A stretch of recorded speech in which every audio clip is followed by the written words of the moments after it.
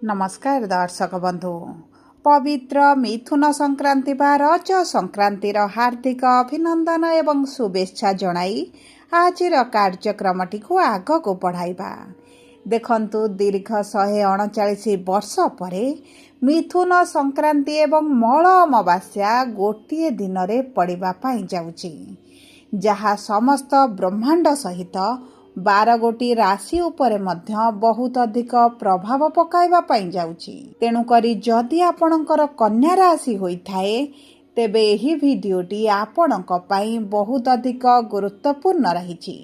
एही मिथुन संक्रांति दिन सूर्य प्रवेश करिवे केन्द्रर भाव को बुधंग राशि उपरे एवं बुधंग सहित जेहेतु सूर्यंकर शत्रुता आचरण रहिछि सेतिपाई एही संक्रांति परे बहुत बड़ बड़ परिवर्तन आसिब आपणक जीवन रे। किंतु समस्त कन्या राशि व्यक्ति को एका प्रकारर प्रभाव पड़िब नाही। किछि कन्या राशि व्यक्तिंकर भाग्य चमकी पारे एवं किछि कन्या राशि व्यक्तिंकर भाग्य दुर्भाग्य रे बदली पारे। यह आपणकर नक्षत्र उपर निर्भर करुछि कि आपणकर केउ नक्षत्र। देखंतु कन्या राशि 3टी नक्षत्र रहिछि। उत्तरा फाल्गुनी कन्या राशि 12/6, हस्ता कन्या राशि 13/6, चित्रा कन्या राशि 14/6 कन्या राशि एवं एही तीनोटी नक्षत्र रे अलग अलग प्रभाव रहिबो एही रज संक्रांति परठारु, कारण आपण मानकर नक्षत्र अधिपति अलग अलग आटंती। तेणु करी आपणकर भाग्य चमकिब ना दुर्भाग्य रे परिणत हेबो, आपणकर आशा गुड़िक पूरण हेबो ना अधारे रहिबो, किंबा आपणकर कार्य रे आपणको सफलता मिलिबो ना विफलता मिलिबो, ताहा एही वीडियो रे विस्तृत भाव रे आलोचना करिबा। सेथिपाई आपण आम सह वीडियोर शेष पर्यंत जोड़ी होई रुहंतु। ता सहित वीडियोर शेष भाग रे आपणको किछिटा सहज उपाय मध्य जणाइबी, जहा आपणकर अशुभत्व को दूर करिबो एवं शुभाशुभ फल को वृद्धि करिबो। किंतु वीडियोटी आरंभ करिबा पूर्वरु जदि आपणकर भी कन्या राशि होइथाए एवं आपण भी ईश्वर को आंतरिक भक्ति एवं विश्वास करंती तेबे वीडियोटी को लाइक करंतु। कमेंट बॉक्स रे जय जगन्नाथ जय माँ लक्ष्मी अवश्य लिखि दियंतु। ता सहित आम सह जोगाजोग करी निजर नूतन कुंडली प्रस्तुत करि परिबे, कुंडली विश्लेषण कराई परिबे, किंबा आपणकर चाकरी विवाह व्यवसाय प्रेम संपर्क शिक्षा स्वास्थ्य संतान को नहीं किछि समस्या रहिछि ताहार सहजरे एवं स्वल्प मूल्य रे समाधान करि परिबे। सेतिपाई आपण आम सह वीडियोर शेष पर्यंत जोड़ी होई रुहंतु एवं व्हाट्सएप नंबर माध्यम रे आम सह जोगाजोग करी खूब कम मूल्य रे आपणक समस्यार समाधान करंतु। एबे आसंतु कार्यक्रमटी को आग को बढ़ाइबा एवं जानिबा एही महासंयोगटी आपणक पई आशीर्वाद हेबो ना अभिशाप हेबो। सर्वप्रथम जानिबा उत्तरा फाल्गुनी कन्या राशि 12/6 कन्या राशि व्यक्ति विशेष मानकर नक्षत्राधिपति सूर्य जे गोचर करुछंती केंद्र भाव को कर्मर भाव को एवं देखंतु सेठारे बुधंक सहित बुधंक राशि रे विराजमान करी बुधादित्य राजयोग बनाइबे एवं जो व्यक्ति माने सरकारी चाकरी रो संधान रे रहिचंती, सरकारी चाकरी पय परीक्षा देउचंती, इंटरव्यू देउचंती, एंट्रांस देउचंती, तेबे ही जून मास 15 तारिख रज संक्रांति परठारु आपणक सरकारी चाकरी अति प्रबल जोग बनुछि। आपणक परीक्षा हेउ, आपणक इंटरव्यू एंट्रांस हेउ, सेही सब क्षेत्र रे शुभ फल प्राप्ति हेबो। ता सहित जदि आपण व्यवसाय अटंती तेबे व्यवसाय रे आशा अनुरूपक फल आपण को प्राप्त हेबो। किछिटा आपणकर व्यवसाय क्षेत्र रे जदि अभिलाष रहिछि व्यवसाय को वृद्धि करिबा पई, व्यवसाय को बढ़ाइबा पई, व्यवसाय रे किछिटा परिवर्तन आनिबा पई किबा निजस्व एक व्यवसाय करिबा पई, तेबे आपणकर एही सब अभिलाष आगामी दिन रे पूर्ण हेबा पई जाउछि।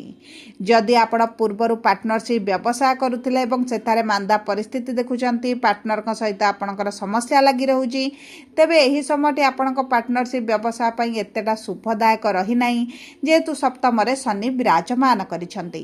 ता सहित जदि आपण दैनंदिन रोजगार करुथिले तेबे आपणकर रोजगार रे निश्चित भाव रे परिश्रम अनुपात रे आपणक लाभ आपणको मिलि पारु नथिबो। एहा देखंतु एही समय परिस्थिति वशतः आपणकर एही संजोग वशतः आपणकर रोजगार कमिला भली आपण अनुभव करिवे। किंतु जदि स्वयं रे किछि व्यवसाय करंती, स्वयं रे किछि रोजगार करंती, तेबे ସେଥିରେ ଆପଣଙ୍କର ବଢ଼ୁତି ହେବ। ଆପଣ ଯଦି ପ୍ରାଇଭେଟ୍ ଚାକିରି ପାଇଁ ମଧ୍ୟ ଚେଷ୍ଟା କରୁଛନ୍ତି ତେବେ ଉତ୍ତମ ସମୟ ରହିଛି। ଆପଣଙ୍କର ଟଙ୍କାରୁ ଟଙ୍କା ଯଦି କମାଉଛନ୍ତି, କୌଣସି ଜାଗାରେ ଇନଭେଷ୍ଟ କରୁଛନ୍ତି, ତେବେ ମଧ୍ୟ ଆପଣଙ୍କୁ ଉତ୍ତମ ଫଳ ପ୍ରାପ୍ତି ହେବ। ସବୁ ପରେ ଆପଣଙ୍କ ସ୍ୱାସ୍ଥ୍ୟରେ ଆସିବ ବିରାଟ ପରିବର୍ତ୍ତନ। ଯେହେତୁ ଶନିଙ୍କର ସପ୍ତମ ଦୃଷ୍ଟିଟି ଆପଣଙ୍କର ଲଗ୍ନ ଭାବକୁ, ପ୍ରଥମ ଭାବକୁ, ସ୍ୱାସ୍ଥ୍ୟର ଭାବକୁ ରହୁଛି, ଆପଣଙ୍କର ମାନସିକ ଦୁଶ୍ଚିନ୍ତା ରହିବ। ଖାଦ୍ୟପାନୀୟ ଉପରେ ଦାୟିତ୍ୱ ନିଅନ୍ତୁ। ଆଣ୍ଠୁଗଣ୍ଠିରେ ଯନ୍ତ୍ରଣା ଅନୁଭବ କରିପାରନ୍ତି କିମ୍ବା ଗୋଡ଼ରେ କିଛିଟା ଆଘାତ ଲାଗିପାରେ। ପେଟ ସମସ୍ୟାଟି ଆପଣଙ୍କର ଲାଗି ରହିପାରେ। ସେ ଦିଗ ପ୍ରତି ଆପଣଙ୍କୁ ଦୃଷ୍ଟି ଦେବାକୁ ପଡ଼ିବ। ବିଶେଷ ଭାବରେ ଆପଣଙ୍କ ଖାଦ୍ୟପାନୀୟ ଉପରେ ଆପଣଙ୍କୁ ବହୁତ ଅଧିକ ଧ୍ୟାନ ଦେବାକୁ ପଡ଼ିବ। ଗ୍ୟାସ୍ ସମସ୍ୟାଟି ଆପଣଙ୍କର ବଢ଼ିପାରେ। ତେଣୁକରି ଆପଣଙ୍କର ନିଶ୍ଚିତ ଭାବରେ ଯୋଗ ପ୍ରାଣାୟାମ ଜାରି କରିବା ସହିତ ଖାଦ୍ୟପାନୀୟ ଉପରେ ନିୟନ୍ତ୍ରଣ ରଖନ୍ତୁ। ଆପଣଙ୍କ ବୈବାହିକ ଜୀବନରେ ଯେଉଁ ପୂର୍ବରୁ ସମସ୍ୟା ଚାଲିଛି, ବୈବାହିକ ଜୀବନରେ ଆପଣ ଯେଉଁ ଅସନ୍ତୁଷ୍ଟ ରହିଛନ୍ତି, ସେହି କ୍ଷେତ୍ରରେ ଆପଣ ଶୁଭ ପରିବର୍ତ୍ତନ ଦେଖିବେ। ବିବାହ ପାଇଁ ଆପଣଙ୍କର ବହୁତ ଅଧିକ ଶୁଭଦାୟକ ସମୟ ରହିଛି। ଆପଣଙ୍କର ବିବାହ ହୋଇପାରେ। ଯଦି ଆପଣ ପ୍ରେମ ସମ୍ପର୍କରେ ରହିଛନ୍ତି ତେବେ ପ୍ରେମ ବିବାହ ପାଇଁ ମଧ୍ୟ ବହୁତ ଭଲ ସମୟ ରହିଛି।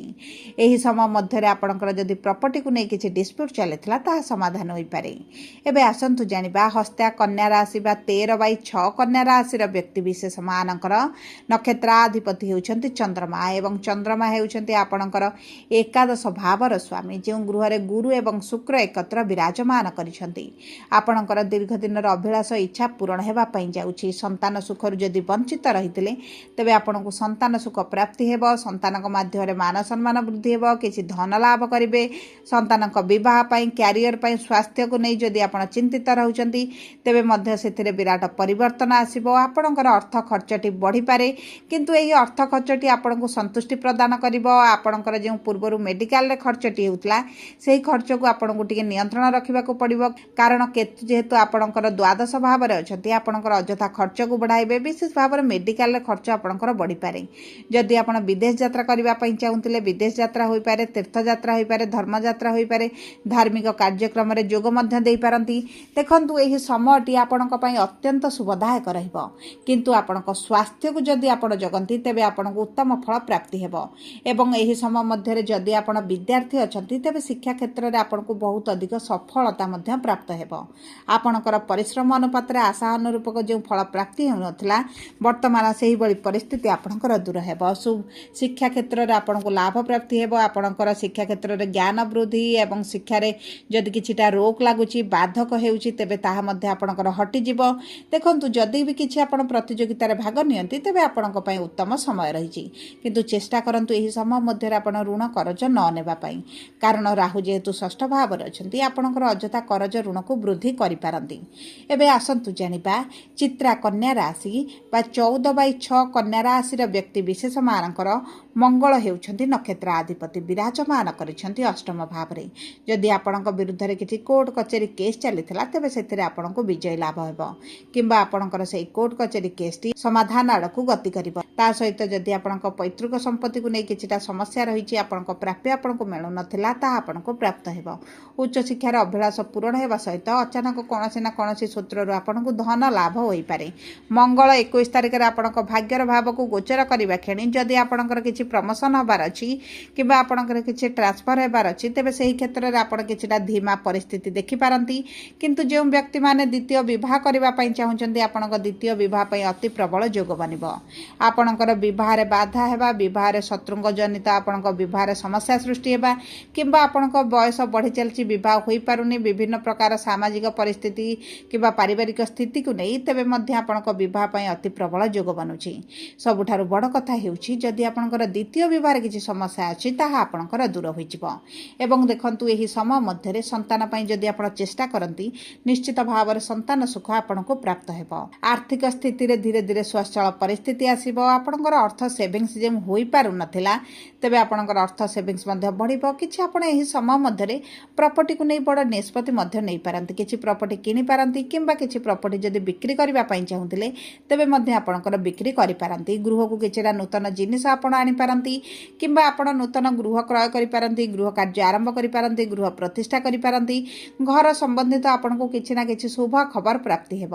ତା ସହିତ ଯଦି ଆପଣଙ୍କର ବିଦେଶ ଯିବାର କିଛି ଅଭିଳାଷ ରହିଥିଲା, ଇଚ୍ଛା ରହିଥିଲା, ତେବେ ତାହା ଆପଣଙ୍କର ପୂରଣ ହେବା ସହିତ ଆପଣଙ୍କ ବୈଦେଶିକ ମୁଦ୍ରାରେ ରୋଜଗାରରେ ବୃଦ୍ଧି ଘଟିବ।